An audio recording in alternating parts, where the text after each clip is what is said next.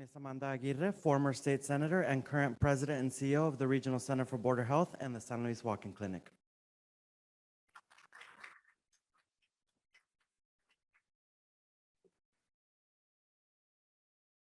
Good morning, everybody. Buenos dias. We've been talking about having this reunion, our annual meeting, and I know that has been, last year we had it on all virtual meeting, and we had over 150 participants. And today, even though we have a small group today, we know that you have been committed to move the agenda in Yuma County to improve access to care, housing, workforce development. And so for that, and we're very appreciative of your time being here this morning. So thank you very much. I want to make sure that we thank all the people from NAU that are partners in crime that have been working with us for all these years, and locally they have been participating. You will meet them, and they're amazing people that every year we coordinate this. So they're the NAU team from the Center for Health Equity Research. I know that some of them are not here, but I need to recognize them nonetheless. And first and most, Dr. Robert Trotter, thank you, Bob, for your leadership and your commitment to Yuma. Thank you very much. What I call my partner in crime here in Yuma, Mike Sabat, Dr. Sabat from NAU Yuma. Thank you, Mike. And then the many other staff, they help us. I know Dr. Steve Palmer is here. Thank you, Steve, for making the trip to our community here in Yuma and see it, how these wonderful folks here are committed to our agenda on health equity. And Taylor is not here, and I know Nicholas Niket is here. Nicholas, he's right back there, walking on the green shirt. Thank you, Nicholas, for being with us. And of course, I could not done this without my staff. Maria Jose is in the back, Alex, her staff, Jasenia, amazing team that I have that some of you know and very much aware of all what Regional Center has been involved in this community with the testing and vaccination on COVID, responding to the business community to make sure they keep the door open, working with the college and AU, providing testing and vaccination to students, faculty, the farm workers, working with the associations of growers and shippers from California to vaccinate farm workers when they're coming into this community. It's been an incredible nonstop job. And then right now, we step up to the call to assist the migrants, the refugees, in collaboration with Homeland Security under the leadership of Secretary Mayorkas and, of course, the local Border Patrol Yuma sector. And 340 families a day, my team, are serving every day through our headquarters in Somerton, assisting them with food, transportation, clothing, medical care. And so it's a nonstop, and we're getting ready for a larger surge. And so that just gives you a little taste of what our community in Yuma has been facing for the last 2-3 years now. But yet we're here committed to continue addressing the very basic needs of our families and their children. And for that, again, I thank you for being with us today. So I hope you enjoy our program today. I'm going to pass the microphone to my partner in crime, Mike, Dr. Sabat. I should be very more formal with you, Mike. I keep calling you Mac. Dr. Sabat, thank you all.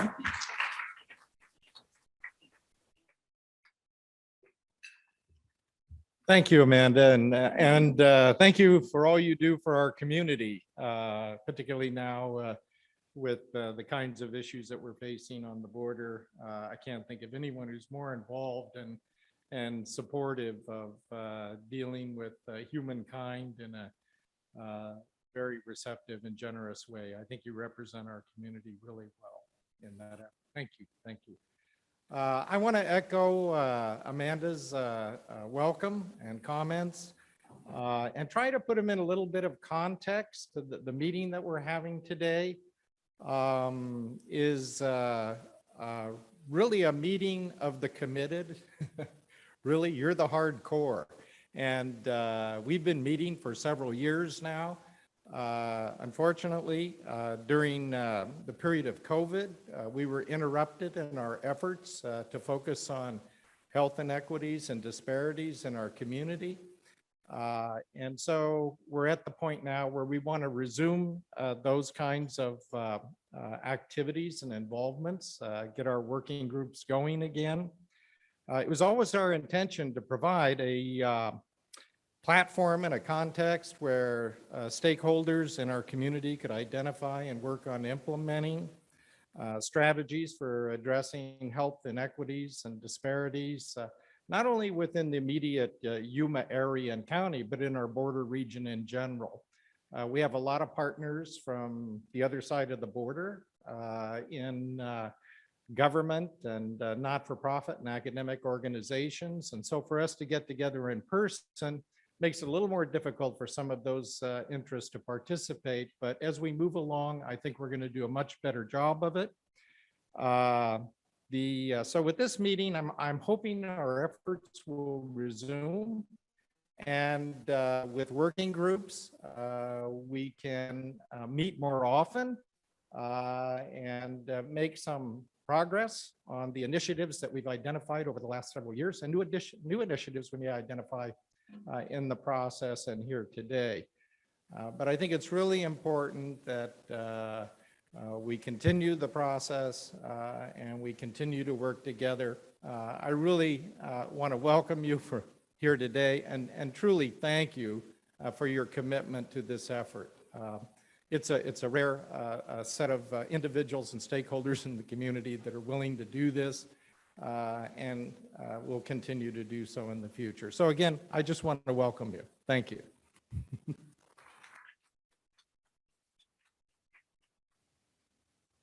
Our first speaker this morning will be Dr. Robert Trotter II, Regents Professor of Anthropology and CHER, Northern Arizona University.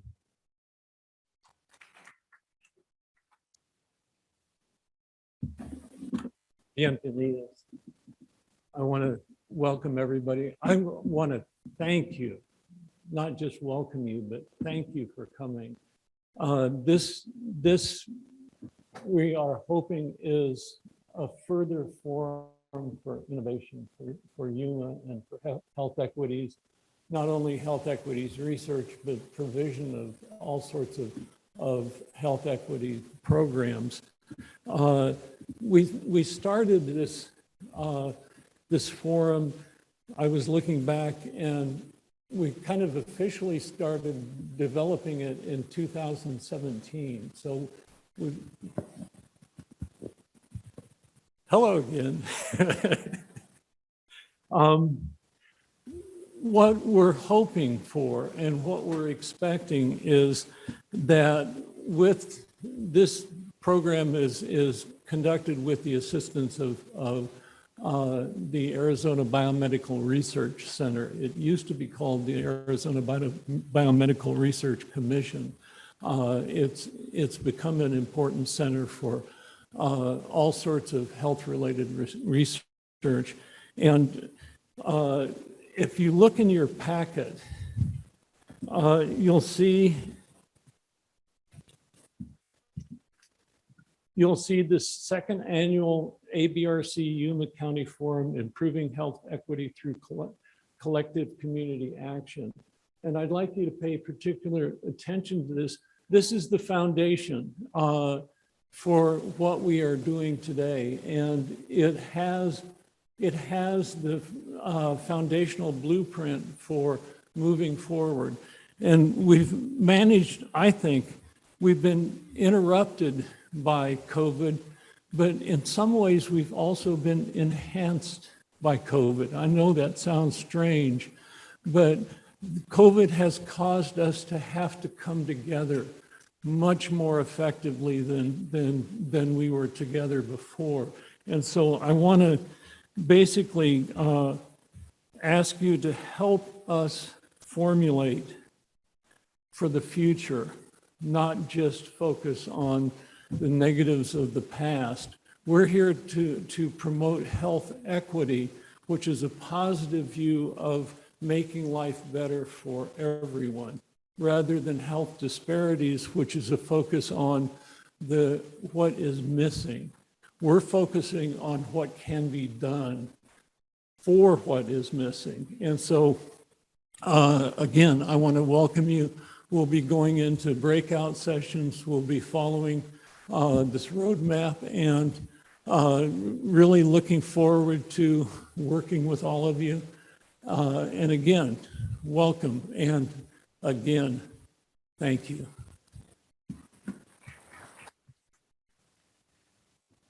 Our next speaker is Mr. John Garcia, MBA, CPM Program Director, Arizona Biomedical Research Center, Arizona State Public Health Laboratory through the Arizona Department of Health Services. Welcome. Thank you. Good morning. And thank you, Dr. Trotter, for your welcome and bringing us to today from yesterday and showing that the roadmap that we started a few years back is still in play. We're still going down this path. We're making our changes as we're presented with challenges such as the recent COVID virus. I wanted to take a second. I was thinking about this as I was preparing my my notes, and I was looking at the Great Seal of Arizona, and in that seal, it talks about the foundational elements of Arizona economy: cattle, cotton, copper, citrus, and climate. And they're known as the 5 C's of Arizona. But you know, I look at Arizona and I see us as much more. This was in 1912 when the seal was first struck and these 5 C's were envisioned. It didn't consider at the time that we would be a society of manufacturing, the microprocessor industry that we have. You know, now even in Casa Grande, we have autonomous vehicles being designed and built. We have come a long way, but I think the one thing that we have much more work to do is in the health and welfare of everyone who is in Arizona, who is part of the 5 C's and beyond. Our brethren of the Tohono, the Navajo, the various Apache communities, and all the indigenous populations of Arizona. We are all Arizonans. We all have needs of quality health care, and it has to be dealt with from a standpoint of equity. And Dr. Trotter, I cannot thank you enough in what Northern Arizona University has done with the Center for Health Equity Research. Your work is paramount for today and for tomorrow, and for whatever our 5 C's evolve into in the future, and for our economy, but our society, the fabric of society that we have in Arizona. So thank you, and thank you so much for hosting this event and having done so for several years now. And I look forward to seeing you in person someday. I would hope I would be there with you next year for this meeting. I wasn't able to attend in person this year, but thank you all for coming. Thank you for all that you do to make Arizona a better place to live in. Good day. Have a good conference. Now introducing our panel, our special guest panel. What's new and cool in rural health equity? Dr. Daniel Dirksen, Associate Vice President for Health Equity, Outreach, and Interprofessional Activities, University of Arizona. There's the title slide there. So when Amanda invited me to do this, I really wanted to focus more on, we're kind of all very aware of the problems and challenges that we have in this part of the state, across the state, in the region, binationally. But I also wanted to focus on some of the new innovations and some of the reasons I'm very optimistic and positive about our future and the opportunities that we have before us. So as we approach 100 degrees again this week, I thought we, instead of what's hot in Yuma, we'd talk about what's cool. So, some of the problems that you're all aware of, because you work in this all the time, in rural Arizona, the income is much lower. So our per capita income, so higher poverty, many below the federal poverty level. A higher percent of our population is over age 65. So we have an aging population in rural Arizona. This population is also characterized by a higher rate of chronic diseases. And in Arizona, there's that triad of hypertension, diabetes, cardiovascular disease, overweight, obesity goes along with that, but also acute disease. And we've certainly seen over the last 2 years the disproportionate effect of COVID-19 infection rate, morbidity, mortality, and long COVID, people with symptoms long after they've had the acute infection, especially for our rural communities. And the challenge is further exacerbated by the fact that Arizona currently has a health workforce shortage. I just pointed out one here, but you could go across the board and pretty much say for nurse practitioners, physician assistants, lab techs, et cetera, we're short on everything. But in primary care, we're meeting just 40% of the need in Arizona right now.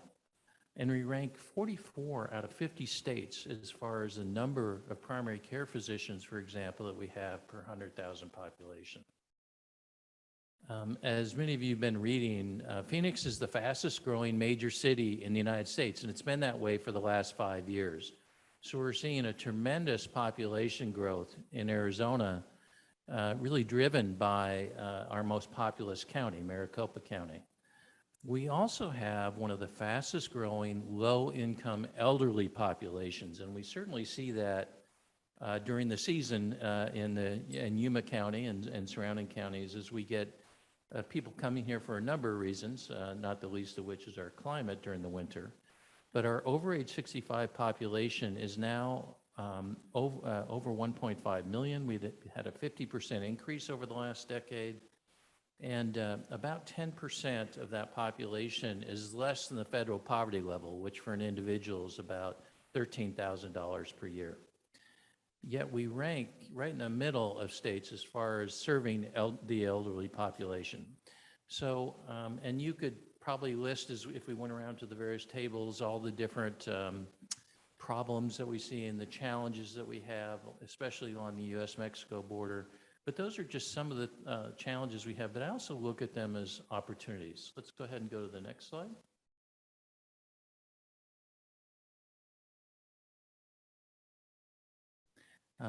So I'm going to talk about 3 models that you may not have heard a lot about, or maybe you've heard some things about. One is in the preliminary stages, One Health, which I'm going to talk about in just a moment. We have a proposal before the state legislature. Right now, the state is in a very good fiscal position. Believe it or not, our state budget is $5 billion in surplus. And yet the fights are very intense about how will we ever come up with a budget when we have that much to spend. About $3 billion of that is in one-time type of things, but almost $1.5, $2 billion is in recurring appropriations that could be an investment in Arizona's future.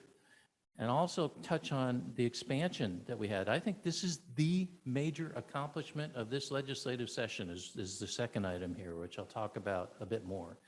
The expansion of home and community-based services for access patients, our state Medicaid program. So the Arizona Healthcare Cost Containment System has a subset of enrollees that are on both Medicaid and Medicare. There are very vulnerable elderly. There are also people with disabilities. They're in that Arizona long-term care system, the all-text population.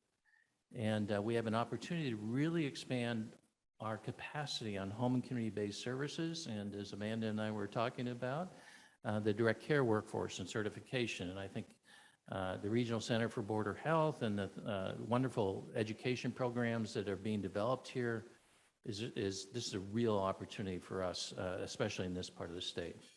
And then I also want to talk about something. We hear a lot about how poorly Arizona did in our rural vaccination coverage and our overall coverage. I want to take a slightly different take on that. So should I risk this again, or should I have you advance it? Let me try one time here. Whew, okay. So good. This is our kind of image, our graphic for One Health. And this is particularly of interest, I think, in this part of the state, but to me personally, I think we need to do a much better job of what you do here in the community, which is really simultaneously addressing the pressing problems in human, animal, and environmental health. You heard about the 5 C's on the Arizona seal. Well, you see a bunch of images there. There's a cow there, there's pets there, even a rattlesnake down at the bottom, a Gambel's quail. But especially in this part of the state, the importance of our water supply and the importance of our agriculture, the importance of our cattle industry, the importance of really a binational workforce that helps us not only plant these things, but harvest them and then distribute them across this part of the region, but across the United States. So I love the idea of this One Health framework of really bringing together human, animal, and environmental health. And I think if we have one of the big priorities for the state of Arizona, as you've been reading headlines about where Lake Powell and Lake Mead are as far as some of their lowest levels, water continues to be one of our biggest opportunities, but also one of our biggest challenges for all of these things, and they impact this kind of One Health concept. Frank Von Hippel is leading our One Health initiative at the University of Arizona, working with other collaborators, including Cooperative Extension, which has a very large presence in this part of the state and across the state. We put together a proposal to the state legislature for $4 million a year in recurring, really to catalyze One Health research. There's about 70 faculty who have self-identified that do One Health research. And over the last 10 years, they've generated about $200 million in research dollars from places like the National Institutes of Health and many others. In our state, if you look at just this one area of some of the challenges we have with things like high uranium levels and high arsenic levels and high perchlorate levels, and where those are located, some of the areas that have these kind of toxic areas that really need attention, they're right next to our water supply. Now, One Health is really about identifying, using data to predict where the problem areas are going to be, and then develop practical solutions to translate that data and information into practical solutions to take care of them. In kind of that copper corridor there in Gila County and around there, you've seen the open pit mines and things like that, but there's very practical things you can do to mitigate the amount of dust and things that get aerosolized by that particular type of farming. And copper is one of those 5 C's as well in Arizona. So we're very excited about One Health. In addition to the requests before the state legislature for that, we have a new veterinary medicine school in Arizona. They have a request and recurring. And then the third area is really around cooperative extension and cows. That's been a very good program around the state and really has a One Health framework that they use for some of it. So I think that's something that we'll see what the legislature does. We're very optimistic that they will see fit to invest in this type of research that could really, I think, have a return on investment, not only in research dollars, but in practical solutions to some of the challenges we have with water, with agriculture, with animal health and human health. This is the one I talked about as I think, the biggest accomplishment. This was a challenge. I presented in front of we brought a group of legislators up to Washington, D.C. and presented. That was actually the slide before is Frank von Hippel presenting before those legislators about the One Health initiative that we're proposing.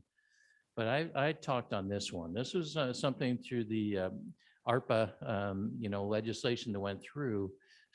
Every state had the opportunity to get an enhanced Medicaid payment for expansion of home and community-based services for this vulnerable population, the frail elderly, individuals with disability. So the idea is that you'd expand home and community-based services. This would mostly be in the population that's currently enrolled in Arizona long-term care system.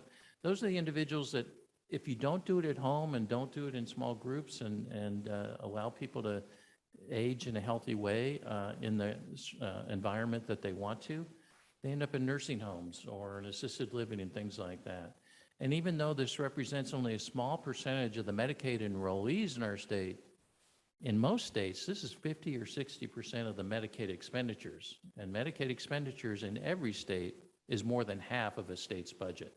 So if you don't do it through home and community-based services and a direct care workers, including paying family members who can be certified as direct care workers, you pay for it 2 and 3 times the rate through assisted living and nursing homes. So this to me is really important, especially as I just got my Medicare card in April. This needs to really happen because I'd rather be at home than in a nursing home. But we also want to invest in advancing technology for greater independence and then empowering individuals, families for healthy aging in place. And the part that's extraordinary about this is summarized on this slide. The approvals have been completed. The Centers for Medicare and Medicaid Service gave us partial approval for the plan that Access submitted our state Medicaid program back in July. And then, that we submitted the proposal to CMS in July. It was partially approved in September. It was fully approved in January.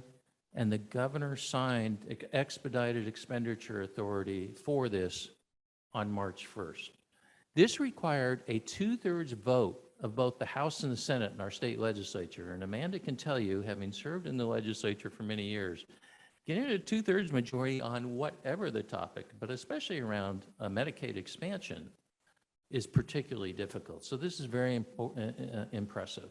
And it's $1.5 billion to be invested in home and community-based services and expansion of the direct care workforces and this technology to help people age, in a healthy manner at home in their own setting. So it has to be spent over 2 years. So it has to be spent between March 31st of this year and March 31st of 2 years from now. And I think a lot of you have a lot of ideas about how the state could invest in these types of things that really help our elderly population, especially in rural areas. So this is a big one. I hope we really do this. I'll do a little trailer for our Rural Health Conference, January 14th and 15th at the High Country Conference Center and the NAU campus there in Flagstaff. Jamie Snyder, who's the Cabinet Secretary over our state Medicaid program, Access, will be speaking, and this is one of the things I've asked her to touch on. Jamie's terrific. We're so fortunate to have a good state Medicaid program director. So this one is huge, especially in rural counties. This really prioritizes seniors, as I mentioned, individuals and families that have an individual with a disability. And the other 2 categories that are important that folks haven't really talked much about is those individuals with serious mental illness. We've been seeing a real exacerbation of overdoses and suicides and the collateral damage of 2 years of dealing with a pandemic and other factors, and then children with behavioral health needs. So this is a really important opportunity for us all. This is too small to read, probably from a distance, but I've provided the slides, and hopefully we can email that out to everyone. But this is from the spending plan that Access had to submit to the Centers for Medicare and Medicaid Services to approve this $1.5 billion in federal funding. And these are the specific areas. So just about everyone who's here has an area that might be touched by some of the things the state wants to invest in with these federal dollars over the next 2 years. Okay, this is the last one. Now, this is one that surprised a lot of people, and myself included.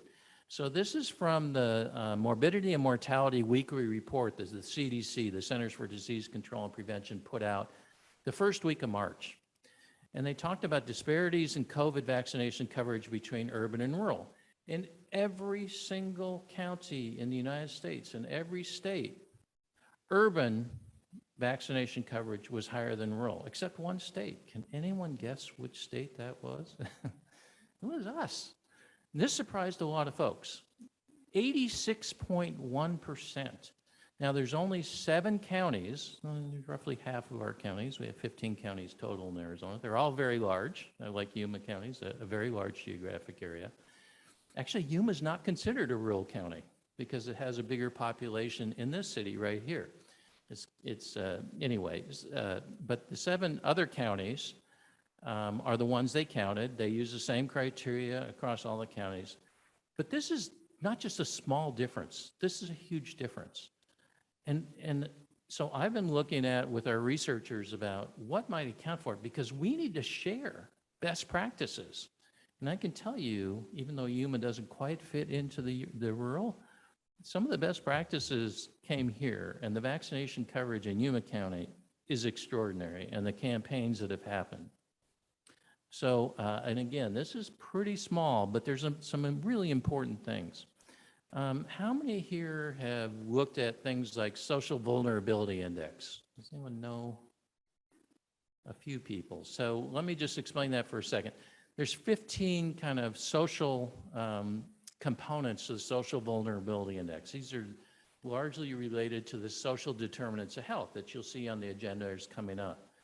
These are some of the highest one. The highest score you can get in a social vulnerability index is 1.0, okay? Look at some of these counties like Apache and Navajo at 0.9885 and 0.9955.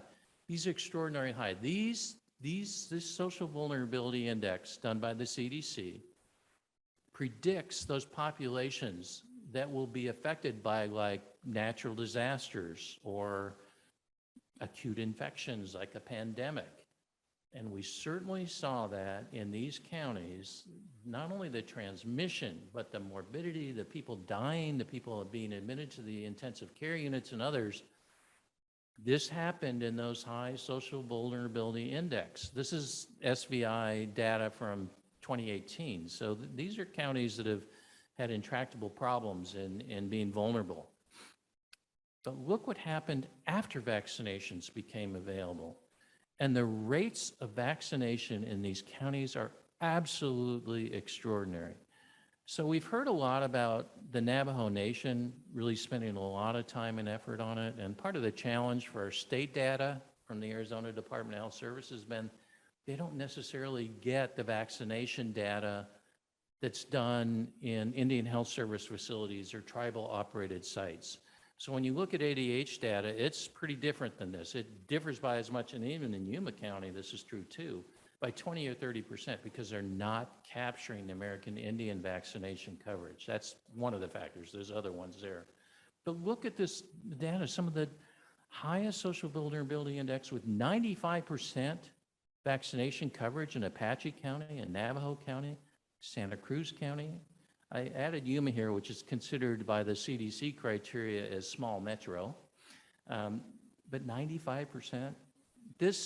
So many people in this room were involved in it, but this is amazing, given the challenges that we have. And you might look, Yuma also has a very high social vulnerability index. It's kind of hidden by the talking there thing, but you know, these are extremely high social vulnerability index, populations, but have done extremely well with it. So this, to me, is a reason for optimism.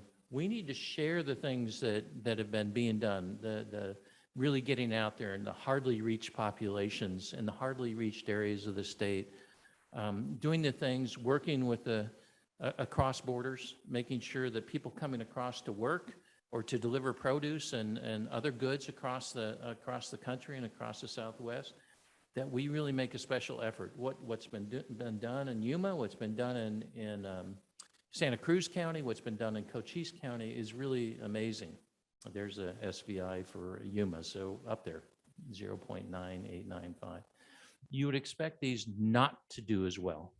But the fact that we are so far ahead of the other part of the United States. So we'll be compressing this data and submitting it because we want to share some of these wonderful narratives and stories that have gone on in these rural communities. Now, these 7 rural counties, so Apache, Gila, Graham, Greenlee, La Paz, Navajo, Santa Cruz, only comprise 4.7% of the state's population.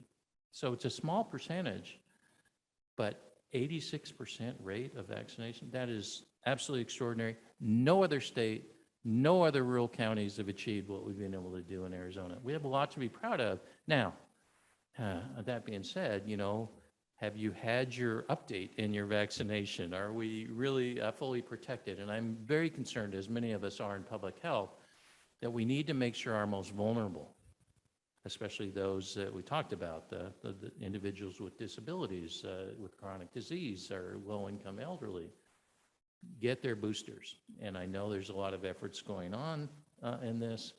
And then I think this is my last slide here. You might have to advance that there.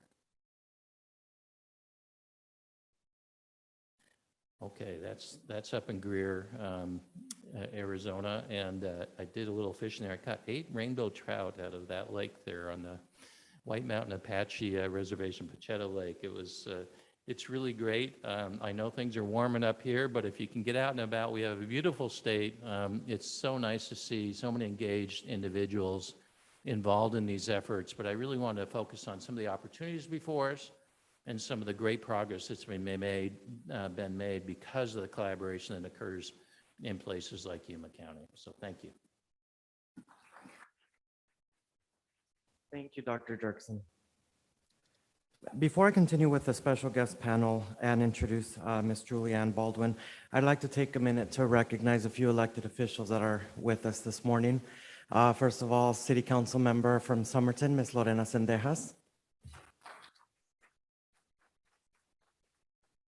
who's also a member of the Somerton School Board, and Ms. Lynn Pancrazy, Yuma County Supervisor.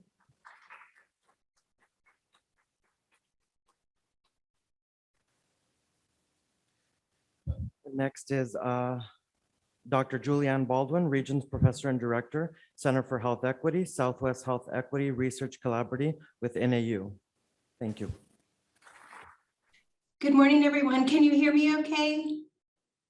I hope so. Well, it's really a pleasure to be here today. I'm so sorry that I can't be there in person, but I want to thank, first of all, Amanda and Mike and Bob and Steve, and also John at ABRC for having this event and inviting me to present. And I've been fortunate enough to be a part of this group for the last several years as the director of the Center for Health Equity Research. So what I wanted to do this morning is just share a little bit with you about what we do at CHER and the approach that we take.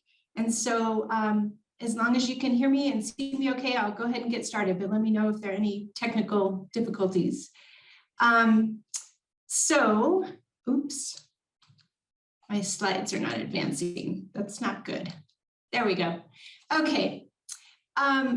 First of all, I would like to just do an Indigenous land acknowledgement. Of course, we're based here in Northern Arizona, so I'm doing that from my location, but this would apply to all of Indigenous nations throughout the state.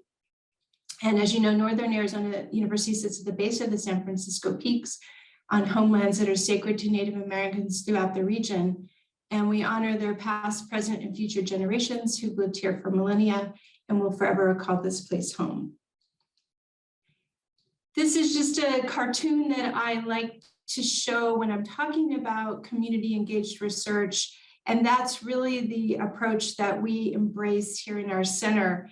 I think so often the real world is going one way, academia is going another way, and they don't often meet. And so what we really strive to do with our work here is really, as I said, embrace more of an applied community engaged research approach. And I'm just going to talk a little bit about that before we delve into the center. So some of the key characteristics of community: a shared sense of belonging and connectedness, seen in common symbols, language, and connections. And one of the best definitions I like is a group of people sharing a sense of collective identity, common values, goals, and institutions. Traditionally, research has been really controlled in a lot of ways by the researcher, where the researcher identifies the problem, completes the study, and disseminates the results to the community. We have taken on more of an action research approach where we work very closely with our community partners to try to identify the problem and really identify the research questions, implement and complete the study, and then disseminate those results for action. And some of you may be familiar with this term, again, something that we really embrace a lot: community-based participatory research. So it's defined as a collaborative process that equitably involves all partners in the research process and recognizes the unique strengths that each brings. CBPR begins with a research topic of importance to the community, and then we combine knowledge and action for social change to try to improve community health and eliminate health disparities. And some of the core concepts of CBPR, which are very important, are the role of participation of the community and the researcher, the different types of knowledge produced by the research. So not only knowledge that might come from the academic perspective, but also from cultural knowledge too. And we work a lot with traditional knowledge holders and practitioners in our center. The importance too of the context of power dynamics and how critical that is to acknowledge right up front, and really try again to support, endorse the idea that everybody is equal in this process and we work together to develop this research project. And then the idea of social action and reflection as part of this whole endeavor. So another thing that I think is really important is sometimes we talk about cultural competence, but many of us now really recognize that we should refer to it more as cultural humility, because none of us can truly become competent in another culture, but we can approach cross-cultural situations with cultural humility. And this is a definition that I really like of cultural humility, a lifelong commitment to self-evaluation and self-critique, to address power imbalances and develop and maintain mutually respectful and dynamic partnerships with communities. Some of the unique contributions of CBPR, it really has helped us bridge the gap between science and practice. And NIH, CDC, and others identify some of the benefits as improving recruitment and retention, developing community capacity for research, and producing interventions that really are culturally and contextually appropriate.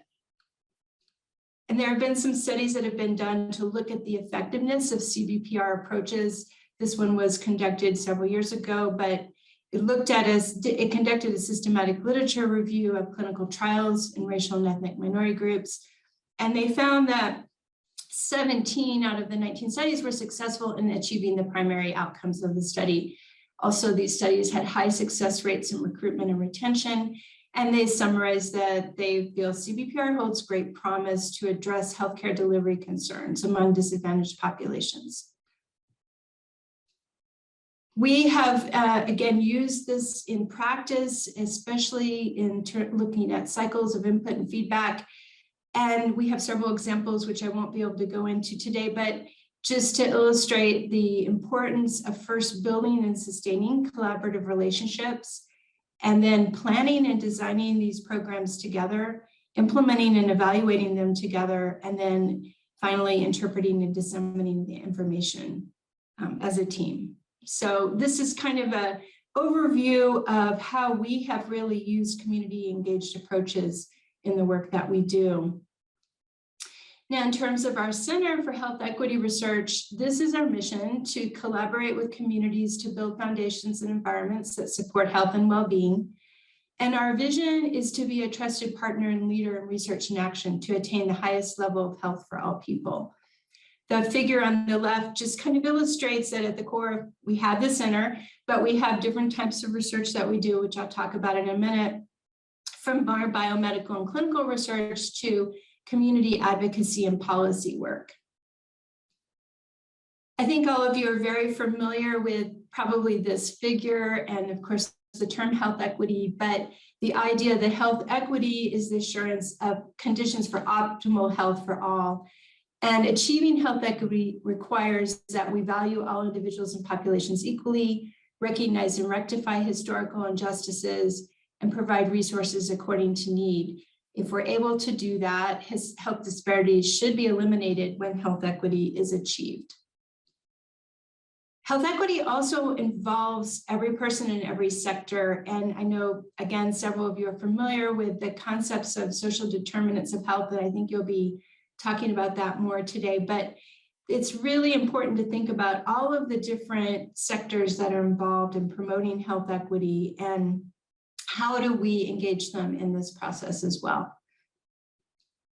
And then for our Center for Health Equity Research, our strategies are as follows. First of all, to focus on diversifying and strengthening the health workforce in key areas, to build partnerships and community engagement around health, and to also strengthen our infrastructure here at NAU and the ability to engage in meaningful research in health equities, and then to be able to translate the results back in a way that's really meaningful so that the research provides direct benefits to our citizens. These are some of our areas of research priority for the center. In terms of chronic disease prevention, cancer, diabetes, and obesity, and then infectious disease prevention, we're doing a lot, as you'll see in a minute, with COVID-19, HIV/AIDS. We have several projects focused on maternal and child health, a few on environmental health in indigenous country, and also environmental health on the border. Behavioral health, we focus on substance abuse, mental health, suicide prevention. We have a couple of programs focused on oral health, especially preventing early childhood caries for children. And then a couple of our researchers focus on disabilities related research.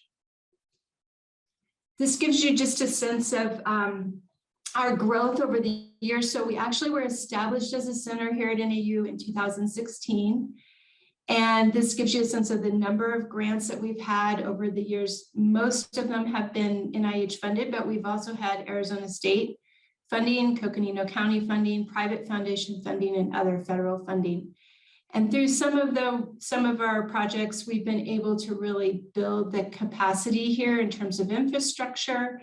Dr. Trotter has been heading up our research infrastructure core for the last several years, and we've been able to do some renovations with our anthropology lab, purchase an Adams remote desktop server that's HIPAA compliant, and also purchase a lot of other equipment that's really benefited our researchers here at NAU. We also focus a lot on students, and we have several training programs that we are overseeing. One through, it's called the Institute for Translational Research in Adolescent Drug Abuse, and that's a partnership with the University of South Florida. More recently, we just obtained a training grant called Culturally Centered Addictions Research Training. And we're really excited because the Regional Center for Border Health is involved in that as one of our community partners. And we, with that training, are supporting a number of doctoral students in a variety of different disciplines, as well as community professionals to try to build skills in culturally centered addictions research. So I want to put a plug out for that because we're actually recruiting right now for new scholars for the program. And if you're interested, please contact me. We'd love to invite you to apply. We also have a program through the Navajo Narch Partnership with Dene College. Dr. Nikki Tufel-Schoen oversees that program with Mark Bauer at Dene College, and that they are now in their, I think it's their third year of center grant funding doing all sorts of amazing things with students and helping students transition from Diné College to NAU. We're very proud of our MPH Indigenous Health Track. I think we're one of the only programs like that in the country. And we also have an online MPH program. We're getting ready to we're going through our CEF process right now of becoming accredited as an MPH program. And finally, we have an interdisciplinary health PhD program, and a number of those students work with us in our center too. This is a lot on one slide, and I apologize, but I can also make my slides available to you if you're interested, but just it's trying to illustrate, again, the different areas of research that we're involved in with our center. We have a number of COVID-19 research projects, as you can see on the left side, and then social cultural research and evaluation, several projects that are more clinically based, clinical and translational research, and then some behavioral health research projects too. But as I mentioned, we also do a lot in terms of public engagement and community advocacy and policy, as you can see on the right side there. So we also have a very large center grant through the National Institute on Minority Health and Health Disparities called the Southwest Health Equity Research Collaborative, or CHER. And the overall goal of CHER is to increase the basic biomedical, clinical, and behavioral research at NAU to address and promote health equity among diverse populations here in the Southwestern United States. You can see in the figure that we have a number of cores that are part of CHER, and I'm just going to kind of highlight those. And I might just note too that we just submitted our renewal grant. We're waiting to find out if it will be funded for another 5 years, but keeping our fingers crossed that it might be. With our administration, I lead that effort, and this core is primarily responsible for integrating and coordinating all the activities across this center grant and trying to increase research capacity at NAU and increase participation in our conference and workforce symposiums. And if you're interested in some of our workshops, we'd love to add you to our mailing list, so be sure to let us know. The Investigator Development Core supports early career investigators, specifically postdoctoral scholars and early stage investigators here at NAU in basic biomedical, behavioral, and clinical sciences. And we also have the pilot project program that is for early career investigators with the objective of generating preliminary data to increase competitiveness for larger external grants. And these are our two co-leads of that core, Anna Schwartz and Dirk de here. Anna, unfortunately, is leaving us, but we hope to find another core lead soon. And then in terms of some of the goals and activities for the community engagement core, Nikki Tufel-Schoen and Samantha Sabo lead that core. And that is designed to cultivate and sustain productive collaborations and partnerships to foster awareness and participation in health equity research. So we do that, as you can see here, through knowledge building, dialogue, action, and reflection.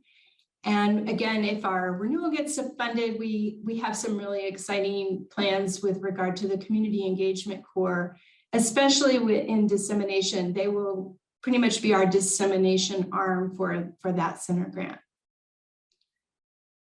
We have a recruitment core as well, which involves, we've been able to recruit 2 faculty at the first 5 years, and we hope to recruit 2 more as we continue on.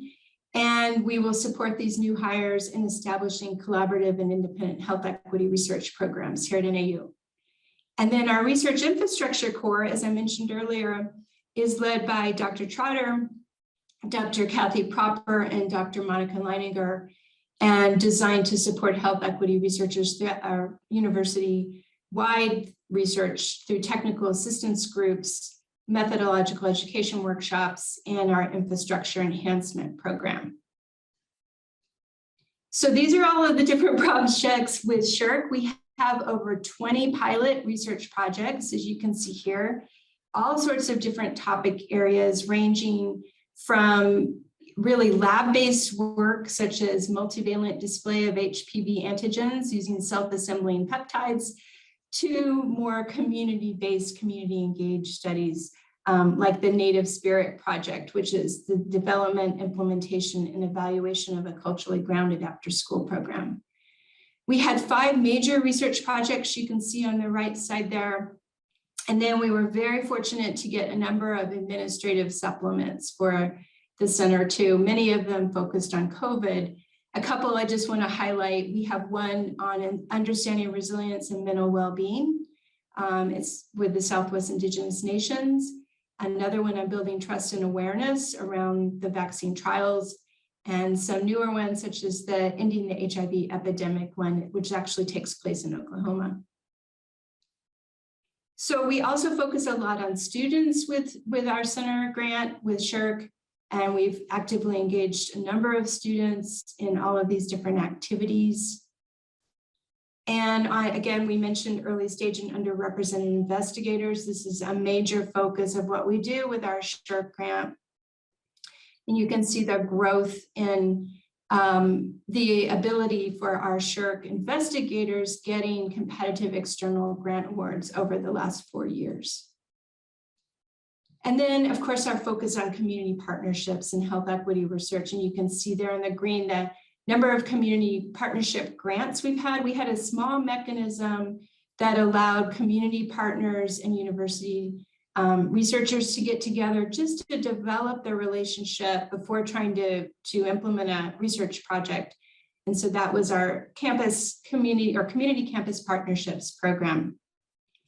Up above, you also just see an example of the development and growth of one of our early stage investigators. She started off with some funding from our recruitment corps, was able to then move into a pilot project, and just recently received a KO1, which is a very prestigious career development award that is allowing her to continue her research. And her name is Dr. Ricky Campling.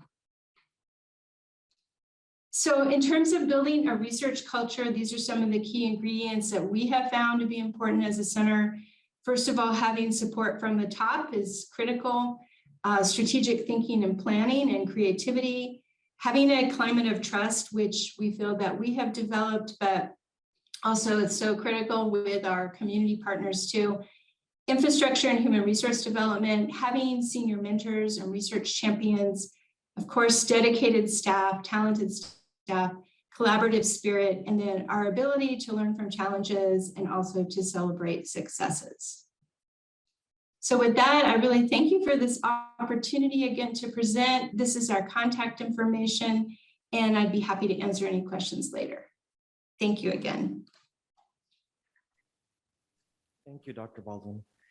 Up next, we have Biomedical Roadmap Sustainable, Dr. Mary O'Reilly, Vice President, Bioscience Research Program, Flynn Foundation. Good morning, everybody. Good morning, and thank you, Amanda, for the invitation. And for everybody here, obviously, I'm not from Yuma, I'm not from Arizona, and this is a really nice opportunity for me to get to know what's happening down here, and it's really important from a Flynn Foundation perspective. So this morning, I'd like to just run very quickly, give you an introduction to the Flynn Foundation, tell you a little bit about who we are, talk about the focus areas of the foundation, discuss briefly the Arizona Bioscience Roadmap, and also then look at some progress that we as a state have made. The foundation, as maybe some of you know, is actually one of the older foundations. It's a private foundation in Arizona. It was set up in 1965 by Dr. Robert Flynn and his wife, Irene. Dr. Flynn was a very innovative, very forward-thinking physician working. He was a cardiologist working at St. Joseph's Hospital in Phoenix. From 1965 to 1981, his whole focus, or their focus, was really on supporting medical education. You know, how could they bring new tools, new services to the medical staff that they worked with on a daily basis within St. Joseph's Hospital? Then as things began to change in Arizona, as there were more private foundations developing and there was a little bit more funding available, they sort of expanded their vision to look at hospital equipment. Dr. Flynn is reputed to have done the first stenting. He was an electrocardiographer by training. And then they also began to focus, again, still very focused on, sorry, I use focus a lot, but they did a lot of the work with St. Joseph's Hospital. 1981 to 2002, we began to think about health policy, access to healthcare, social services. But then in 2002, they actually did a review using the Patel Foundation. They brought in consultants from outside to really figure out what we as an organization, given that we're only one sort of a smaller foundation within the state, but how could we maximize the impact that we could have in working with our community? Here we narrowed the focus really to the biosciences, and then we added some civic leadership. There wasn't really an opportunity for people across the state who wanted to have roles in public life become better civic leaders. So they also thought that that was an important place where we could play a role. The mission, which is very broad of the foundation, is really improving the quality of life for the benefit of all future Arizonans. So that's, it's a big statement, but it is actually true. We really do try to think both of our urban and our rural populations. Obviously, a lot of focus tends to go with the urban because a lot of people are there, but we have to get much better and do more work. We do work with NAU, we do some work, but we have to get better at working with our rural populations or semi-urban. The areas that we work in primarily are the biosciences. We have a smaller education focus. We do work in civic leadership, and then we do also work in supporting the arts.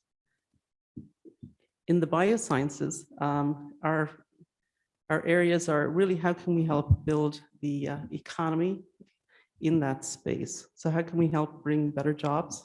How can we help sort of innovate with new technologies that are useful to the health systems? So we work with supporting entrepreneurship and the startup ecosystem, building capacity within our universities and hospital systems relative to research. On the education side, maybe some of you have heard, we have the Flynn Scholars Program. This is a full ride scholarship, highly valuable for those who get it, a full ride to one of our 3 state universities, valued at about $130,000. And this, happy to say that there are 19 Flynn Scholars from the Yuma area. Yeah, I mean, these are very bright. And actually just on the Flynn Scholars, I have to tell you, I was talking to a venture capitalist recently, okay? And his comment to me was that it's better to invest. He makes more money if somebody would invest in Flynn Scholars because many of them have started up new companies than if he was randomly looking at VCs or just other companies. So I think we should sort of take that really seriously and say that when we invest in our young people, give them the support that they need. They are tremendous individuals. And we have a lot of really great talent across the state. On the arts side, we do small arts programs. Again, it's expanding into the rural areas, not just in the urban. So what is the Arizona Bioscience Roadmap? This is actually the longest market sector roadmap, business roadmap in the country. So it actually, the Flynn Foundation brought the Patel organization in 2006, and actually with the community began to look at where can we make a difference. The goals are really to build a stronger and more diverse economy. And also then, if we're focused on the health and biosciences, which seem lofty when you think that every day, maybe some of you are working with people who have real needs and immediate needs, but working with a longer term view to say, what innovations can we bring to the table that will make providing this quality of healthcare to these people of diverse needs across our whole state? And the thing that I think, mentioning earlier, Dr. Dirksen said, Arizona is interesting from a state perspective. We have these high dense populations in our urban areas, but I come from Ireland. So when I look at the scale of the landscape here, and really when we talk about rural, we really mean rural. Your miles, no, but truly. I mean, I've never seen anything like it. You can be miles from healthcare. So how can we as a community look at developing new systems, improve our telehealth delivery, have a lot of in-home monitoring, better, safe use of medicines. How can we do all of this together? Yeah. And there's a lot of benefits to it. So there's the social benefit, we have better healthcare, better delivery. but also it's economically, it's a really good thing to do. And I'll get to that later on. So our focus is really on leveraging the research strengths of our university systems and then building a critical mass of companies that will help drive the benefits into our economy. The Bioscience Roadmap is, while it's supported by Flynn, is a community effort. So it's currently run by ABRC. She is our chairperson. She's the vice president retired from Gore. The Honorable Heather Carter, who actually had been in the legislature, is the executive vice president. And then there's over 120 leaders from across the state who actually come together quarterly to discuss, where we're going, to look at the goals. And really, it's an organic group, maybe a little like this. You get together, sometimes there's a lot of action, other times maybe it goes into a little bit of a lull. But the nice thing about having any framework and any sort of points to keep people on track is that's what it actually does. So if we can set our goals, if we have a framework, well, then it's easier for everybody in the room to know how they can play a part. And I think that's really the benefit of meetings like this, having sort of setting up these frameworks, is we all begin to know how we can participate to move things forward. Again, what I would say to Amanda is there probably aren't enough people from Yuma or this district on this committee. So after this meeting, we'll have an opportunity to talk and see who else should be there, who should be at the table, and how can we collectively move things.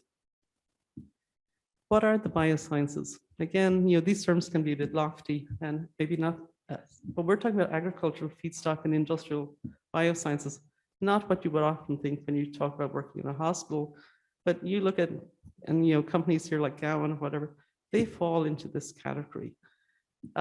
Bioscience related distribution, these are all of the groups, the small distribution networks that supply the hospitals and the research.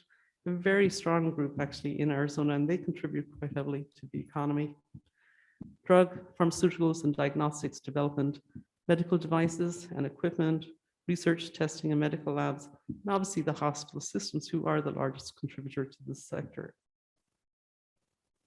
So I'm going to give you a few metrics just to sort of maybe highlight the importance of this sector. But in the state today, there's 133,000 people involved, okay?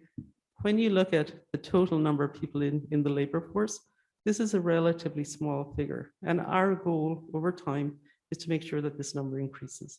However, it's a very impactful group. Of the 34,000 non-hospital related workers, the majority are in medical devices. We have companies like Bohr up in Flagstaff, Ventana Diagnostics down in Tucson. There isn't one here, but you do have a strong agri center. And I would warrant for people in the audience that this is an area that we all should be looking at and figuring out what innovations we can make in that sector, again, to drive this economy forward. There's a massive amount of intellectual capital here, and you say, well, what can we do? How can we be sort of working on improving the irrigation systems? How can we sort of develop better pesticide systems that aren't all perchlorate heavy, so that we have things that are better for our communities? And this is our objective. That's a foundation, again, working with our partners. This is sort of a regional distribution, just again highlighting where our centers are currently. And then, that opens up the discussion about, well, Yuma, and I had to dig into, so I can't say I have all the data, but in looking at the data that we have, we can say that Yuma is really around the agricultural feedstock and industrial biosciences. I don't think it takes anybody who's too clever to come up with that, because, as I drove down here, it's obvious, this is what's here, but this is what we should be leveraging. And these are the long-term trends. So recently, the foundation was able to, they bring in a consultant every 2 years to economy and actually look at the data. And we will say that over the last 20 years, the number of jobs have increased by 1.8 times. We've gone from 73,000, which were primarily health-centered, to 133,000, of which the biggest contributor to that is actually moving into companies. The university R&D, what our 3 state universities have done over time is remarkable with regard to the way they've been able to attract both talented researchers like Frank von Hippel, like Dr. Trotter, and many others, to actually drive real change and real research, the translational research. And I think that when Dr. Baldwin was talking, that's really the key thing about the research that they're doing. It's community-centric. I mean, they are fabulous words. These are fabulous models. Because what people are actually saying is, we are researching, we're finding out what's wrong, or how to solve a problem, but we're also finding out how to sort of take our solution and translate it out into a community so that we begin to see real benefit. This is something that has not been done well in the past. So this is a remarkable advance, and we're very lucky to be in a position to do this as a community. NIH funding, obviously the gold standard for sort of how we compare ourselves across the nation to other organizations. We can see, like, again, tremendous growth across our universities. So everything looks good, okay? But there's always room for improvement. So this figure really just shows that across the metrics of economic growth, for the bio industry, you're looking at jobs, you're looking at VC, how much venture capital funding is coming in for new ideas, the amount of IP, intellectual property that's being spun out of the universities. You can see it's all trending up. But also you'll notice on the right hand that across the country, it's trending up. So there are specific areas where we're not trending as fast as the norm across the country. And that just says that these are areas that we really need to focus on.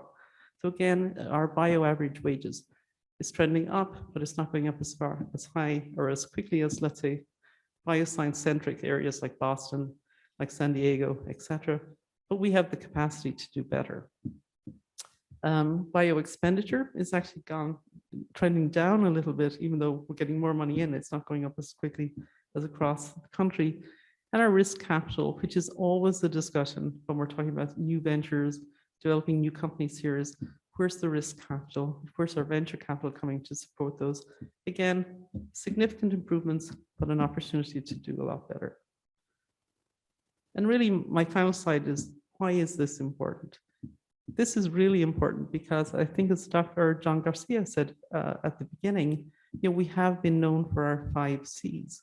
But we also know that the 5 Cs are tremendously vulnerable to times of recession. You'll note from this chart, it's a bit, maybe there's a lot on it, but you'll note that the green bars have been resistant across recession. So we've seen growth through recession. That's really important. It's also really important that we're innovating in this space so that we can actually better serve our communities. And really, I think the most significant thing is that if an average private sector job salary is 58,000, which is a lot higher than the poverty rate we just saw, somebody in the biosciences is earning 78,000 on average. So these are tremendously valuable jobs to have in a community. And what we need is just to balance what we have across our different sectors to make sure that we have resilient and vibrant communities. So I'll leave you with that slide, is how can we all get jobs that pay 78,000 and above as a norm? Okay, thank you.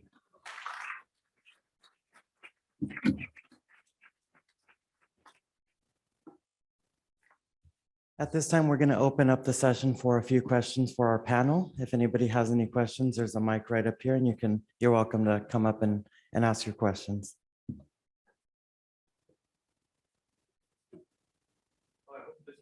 Can you hear me? Hi, good. Of course, the recent, I think it's really direct.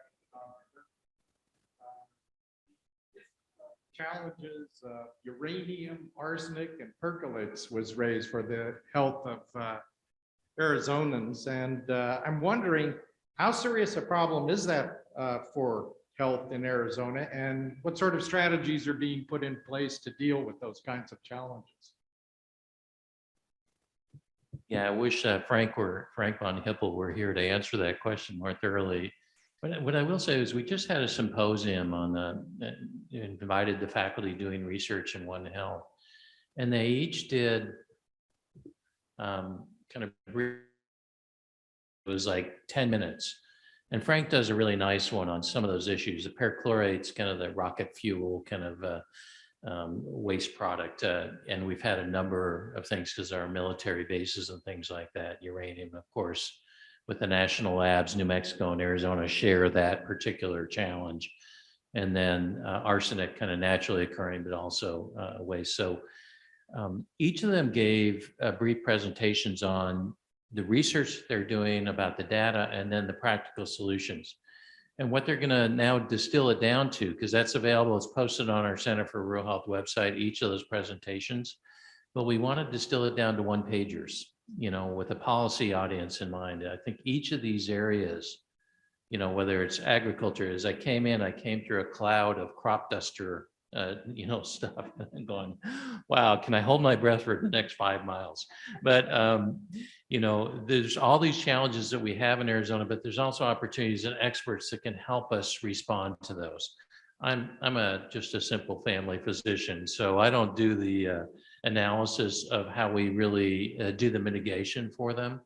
But I think it would be wonderful. We're planning another symposium September 28th. We're having a national expert come on One Health issues. So I think that would be an opportunity for us to hear more about what people are doing around the state, because I was absolutely amazed at the number of things going on, especially in agriculture and water in this part of the state, and some of the cleanup that needs to be done with some of the spills and waste that was left over from things long gone. But I wish I could answer your question more specifically, but it's kind of beyond my area of expertise. But we will be having a follow-up on that. We're hoping, I don't know, Amanda, whenever the budget gets done for the state, that there will be a state investment on this, because we estimated that if there is a $4 million a year investment in One Health, that the return on that investment would be like 50 million. Because we think that there's the opportunity there to really around copper, around water, around agriculture, around pesticide use, around cleanups and things like that in the state of Arizona. So we think it's part of that new economy initiative for the state. We think this is, as you were talking about, Mary, new jobs, high paying jobs, but also new industry and technology transfer of information to these solutions that come up. So thank you.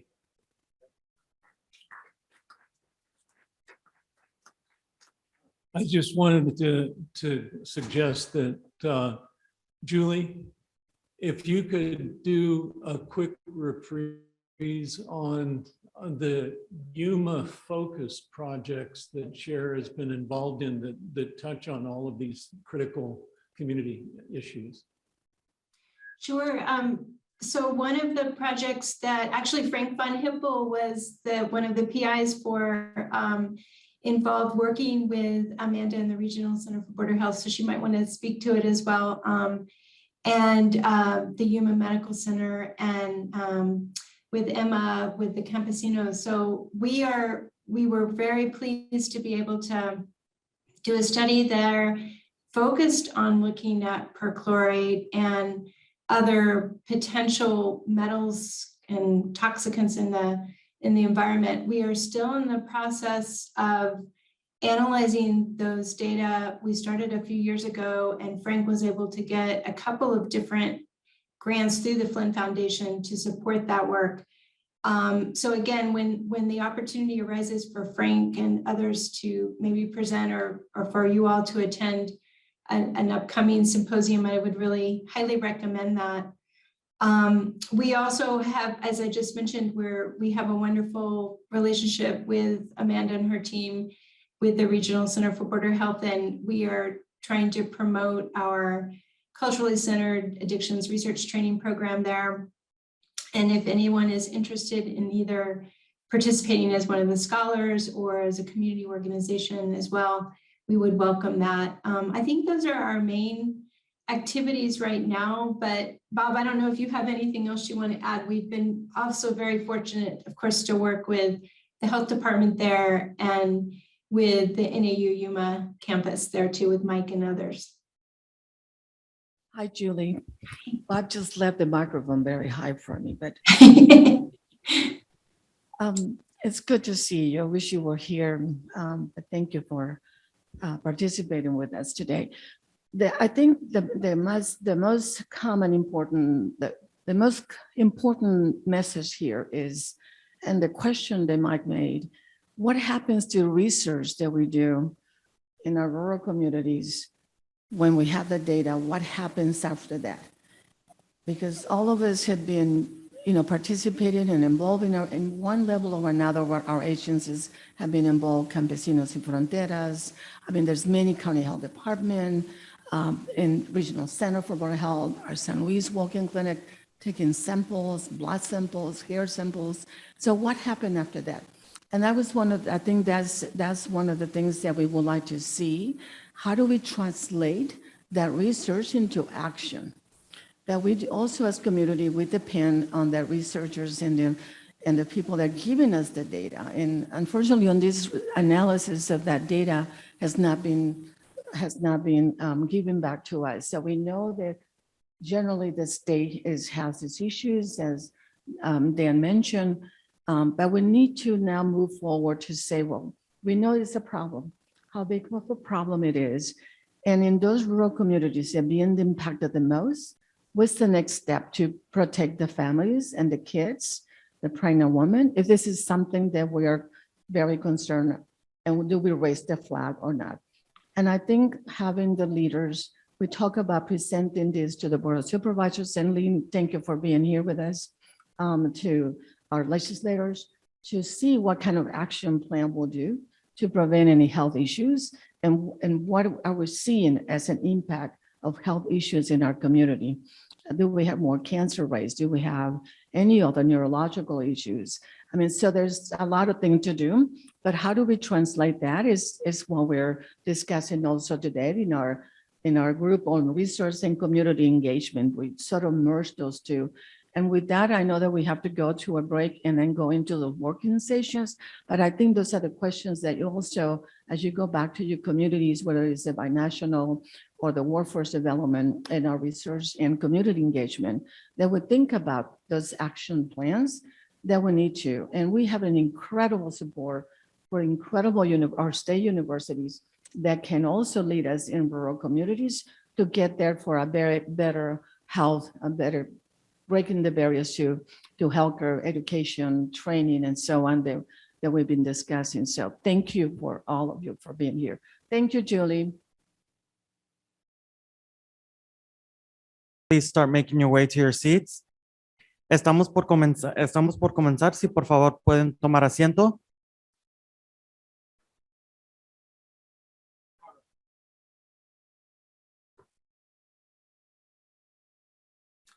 Okay, please be seated. We're going to move to our general session speaker. Of course, Northern Arizona University continues to be steadfastly committed to our efforts to address health equities in our region, especially through the efforts of NAU's Center for Health Equity Research, CHER, which has become a well-recognized contributor to our efforts and those of our healthcare stakeholders in our community. But of course, CHER's involvement does not come without strong support from the top. That is, the president of Northern Arizona University, President Jose Luis Cruz Rivera. President Cruz Rivera is the 17th president of Northern Arizona University. You can read his bio in your materials, but I do want to say he is a national advocate for policies to expand opportunities and improve educational outcomes for all students, especially those who have historically been underserved. He is also a frequent speaker and writer on higher education issues and serves on several regional and national boards of organizations that work to advance equitable education policies and practices. Please join me in welcoming our general session speaker, President Jose Luis Cruz Rivera.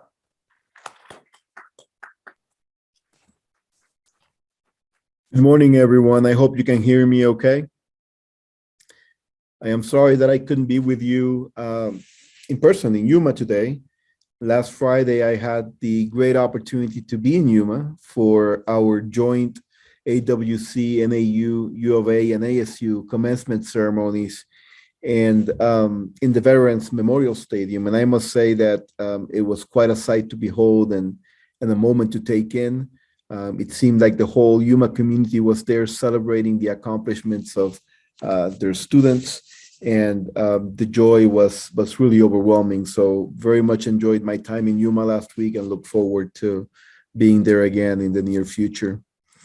I want to thank Amanda Aguirre, Dr. Robert Trotter, Dr. Michael Sabbath, and all the other folks who have come together to make this conference possible. And I'm so pleased to be able to give some remarks about NAU and take some time to answer any questions you may have. I will start by talking a little bit about our mission and how we have over the last 8 months worked to elevate our mission so that it can be better aligned with our aspirations for the work that we do and for the people that we serve. As you all know, today's agenda has focused on health and serving Yuma. It is timely and important to reflect on the health needs in service, equity, availability, and education, particularly now as we recover from the COVID pandemic that unearthed so many inequities and challenges to our systems. It is also a moment where I'm proud to be here at NAU and to have such engaged and collaborative community members in Yuma to partner with on the work ahead in addressing the health needs of our state. Our work at NAU over the last year has been focused on clarifying and distilling our institutional mission and vision, while at the same time not slowing down on the important work we've already been doing.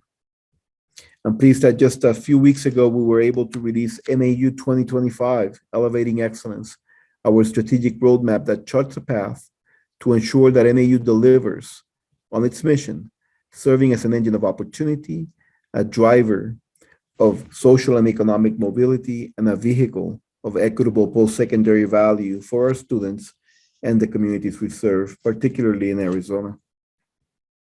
With this value proposition in place, I am confident in the outsized impact that we're going to have in the months and years ahead on health issues. I would also like to take a minute to talk a little bit about actions that we have taken to expand access and attainment, because as we all know, part of building resilient and sustainable communities is ensuring that they have access to excellent educational opportunities that will not only serve them individually well in terms of positioning them for good careers, if you will, but also position them in such a way that they can give back to their communities and serve them directly. So, as some of you may know, in recent weeks, we've announced several initiatives that will ensure that the excellence of an NAU education is accessible to all people in Arizona and beyond, because we understand that the best way for us to ensure that we can reduce health inequities is also to tackle the challenges around educational attainment and economic inequality. And so beginning in the fall of 2023, NAU will be implementing the Access to Excellence initiative, where every Arizona resident admitted into an NAU program, Flagstaff or statewide for that matter, who is making a household income below the median for the state, $65,000, will be able to attend NAU tuition free. That is a big message that we're making to the people of Arizona. And we are very pleased to know that 1 out of every 2 households will know that they have this opportunity available to them. Because we know that by supporting our hardworking students, be them students that are just graduating high school or adult learners that are looking to reskill or upskill, that by providing them the opportunity of an NAU education, we'll be advancing our efforts towards more resilient and healthy communities. I also want to talk a little bit more about what we're doing on the allied health front, given the health equity focus of our conversations today. It's important to know that we have, as a university over the last few years, really bet our future on our ability to deliver for the people of Arizona on the allied health front. As part of the New Economy Initiative, which is the prioritized vehicles of investment that we have presented to the state through the legislature and the governor's office, we have really committed to doubling down on our impact on allied health fields. Our most recent request to the legislature calls for an investment of $16.5 million, which, interestingly enough, would yield great returns on that investment to the people of Arizona, just from the economic perspective, were we to be able to get this funding from the state. In 20 years, we would be creating more than 19,000 jobs, generating more than $1.3 billion in tax revenues, improving the economic output by about $130 billion in the state, and generating over $60 billion in labor income.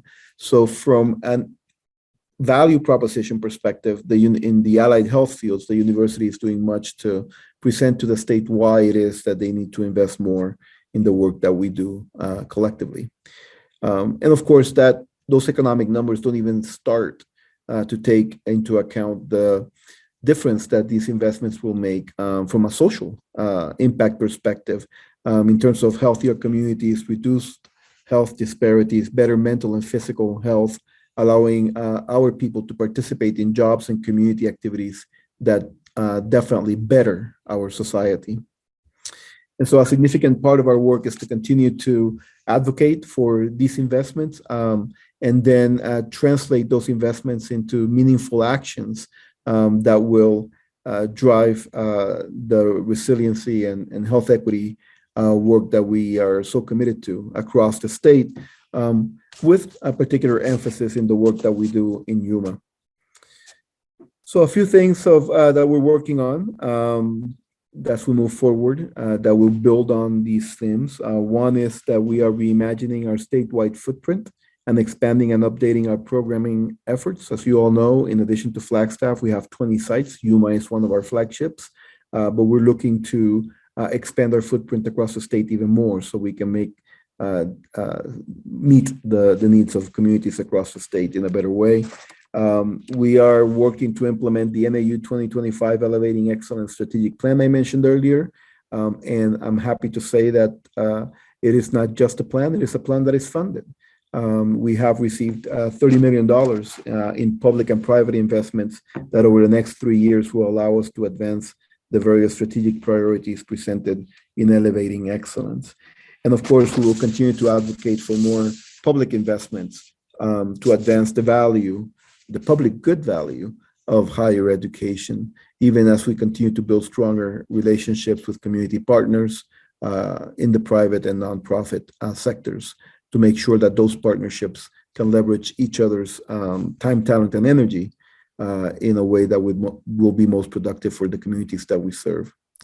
So that's just a very brief high-level overview of where we are and where we're headed here at NAU and how that relates to the work that you are discussing today, the critical work of resiliency and healthy communities.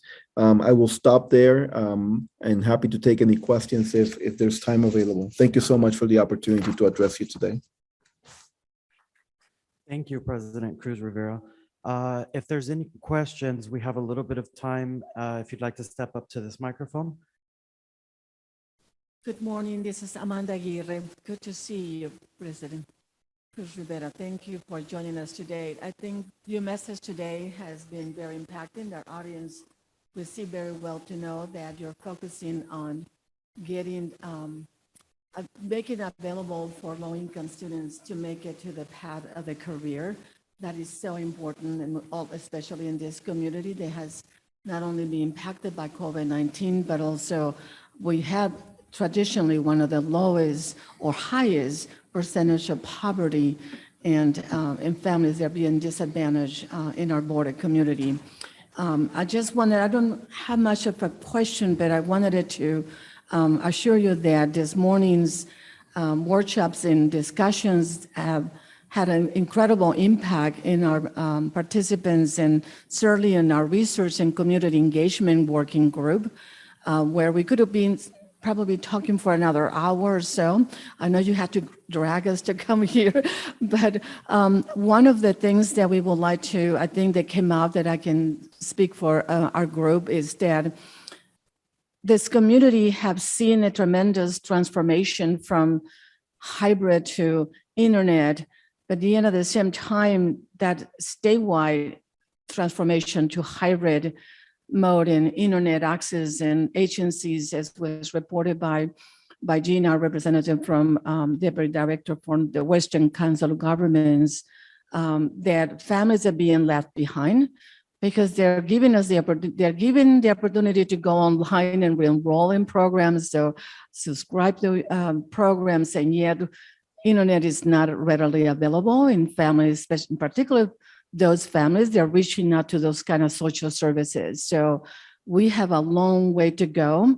And so as we continue our work in rural Arizona, I think that we ask from the universities and for the government that think about that, don't let behind rural Arizona, because accessibility for us in the internet is still very challenging. And the economic, the families that we're serving are the most vulnerable families in the state. So with that message, I would like to say thank you again for allowing your incredible team from NAU being here, but also your participation today in your message to our community here in Yuma. And thank you again. Thank you so much. And we are definitely committed to meeting our students where they are and meeting the needs, infrastructure needs that they have in order for the education to be accessible and these opportunities we're discussing to materialize. And so clearly requires a multi-agency and even a grassroots effort to do so, but we're committed, and I very much appreciate the message.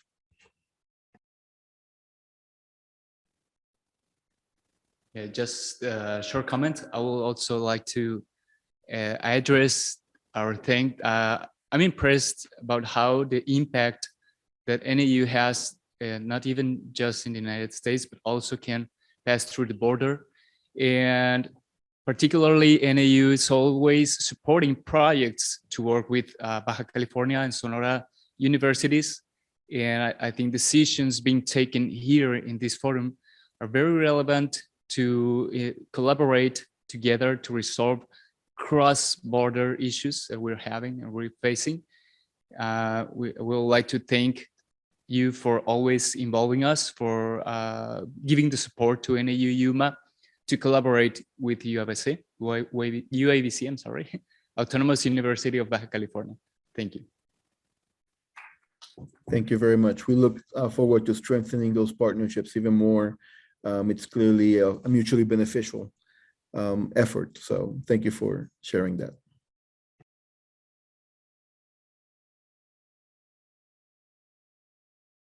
I also would echo our appreciation for your presentation today. My name's Kevin Dries, and I'm a graduate of the University of Arizona, so I'm a Wildcat, but I say go Lumberjacks. You know, it's a great campus. It's a beautiful location. You're doing great work, and I just want to congratulate you and welcome you into the university systems. I have a question. I've been working in rural health for lots of years, and the workforce shortages are getting worse. They're not getting better, especially in rural communities. And how important, in particular, the nursing shortage and the nurse practitioner shortages. I mean, we could use many, many, many more. I'm not sure that our current educational models are working, because over a 30-year period, we're graduating nurses, we're graduating more healthcare professionals, but they're not all practicing efficiently in terms of rural communities. So I'm wondering, what kind of new thoughts do you have in terms of addressing the nursing workforce shortage in rural communities? And I hate to put you on the spot, that's a tough problem. We haven't solved it in 30 years, but we have to do better. Thank you. No, it's one of the, I would say, top 5 issues that we are actively thinking about and developing proposals to move forward. We have presented to the state, as well as to several funding agencies, proposals that will allow us to dramatically increase the number of practicing nurses that we educate that stay in their local communities in the state of Arizona. Some of those efforts are through the New Economy Initiative that is, they're destined to build additional capacity for nursing programs across the state so that we can be closer to the communities that need these services. And we can train and provide incentives for people from those communities that decide to embark in this discipline to do so in a very affordable way, and incentives for them to then stay and do the work in their local communities, similar to the program that we currently have on the education front, where we have the Arizona Teachers Academy, where basically we educate the teachers for free with a commitment that they stay for a certain number of years serving locally. So there are various approaches that we're taking to this question. Another one is accelerated nursing programs so that we can upskill or reskill folks that may already have a bachelor's degree, and within 12 months be able to have them serving our local communities with the right incentives.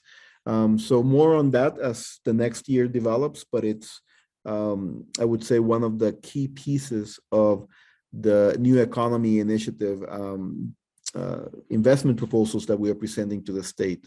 We think that of the three universities, major universities in the public system here in Arizona, that we're best positioned to take on that responsibility and very much look forward to it. Thank you, Dr. If there are no more questions, we will, about 20 minutes before our friends here at Pivot Point will start serving lunch. Any more questions? Thank you, Doctor. Thank you. I would just like to remind everybody that in your folder, there are some evaluations. If you wouldn't mind, please filling them out and turning them in at the registration table on your way out.